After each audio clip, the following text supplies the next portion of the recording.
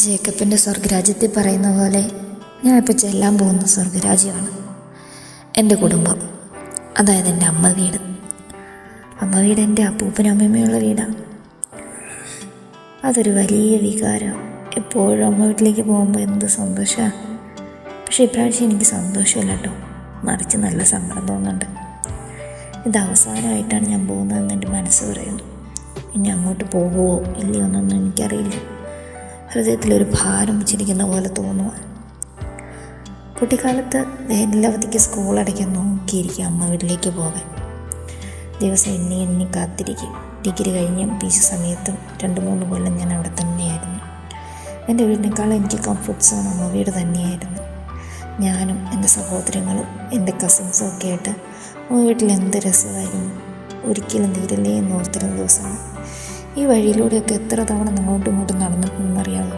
അതിനൊരു കണക്കുമില്ല. എൻ്റെ ലോകം എൻ്റെ അമ്മ വീടായിരുന്നു. എൻ്റെ അപ്പൂപ്പനും അമ്മമ്മയായിരുന്നു.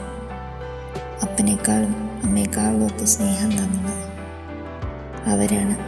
ഈ വീട് ആണ്. ഈ പറമ്പിലൂടെയൊക്കെ എത്ര തവണ ഓടിയിറങ്ങി നടന്നറിയാമോ? സാറ്റ് ഒളിച്ചു കളിയും ഒക്കെ ആയിട്ട് കസിൻ്റെ കൂടെ ആയിട്ട് എന്ത് രസമായിരുന്നു. പറമ്പിൽ മമ്മിയെ സഹായിച്ചും ഏനം നിൽക്കുമ്പോൾ കൂടെ കുളിച്ചും കവാത്തെടുത്തും ഇടവഴിയിലൂടെയൊക്കെ ഓടുകയും ഇതിന് താഴെയുള്ള തോട്ടിലൊക്കെ കുളിക്കുന്ന കസിൻസായിട്ട് കുളിച്ചിരുന്ന ദിവസങ്ങളൊന്നും മറക്കാൻ പറ്റില്ല. എന്ത് നല്ല ഓർമ്മകളാണ്. സത്യം പറഞ്ഞാൽ ഞാൻ എൻ്റെ ജീവിതത്തിൽ കുറച്ചെങ്കിലും സന്തോഷിച്ചിട്ടുണ്ടെങ്കിൽ അതെൻ്റെ ഈ സ്വർഗത്തിൽ നിന്ന്.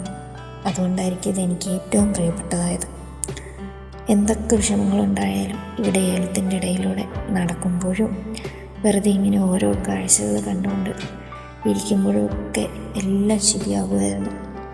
കൂടെ അമ്മമ്മയുടെ സ്നേഹം ചേർന്ന ഭക്ഷണവും കസിൻസിൻ്റെ കൂടെയുള്ള പുതിയ റെസിപ്പികളുടെ പരീക്ഷണവും തിരിച്ചു പോകുമ്പോൾ കൈ മടക്കി വെച്ച് വന്നിടുന്ന പൈസയും എല്ലാം എൻ്റെ മനസ്സിലങ്ങനെ നിറഞ്ഞു കിടക്കുക.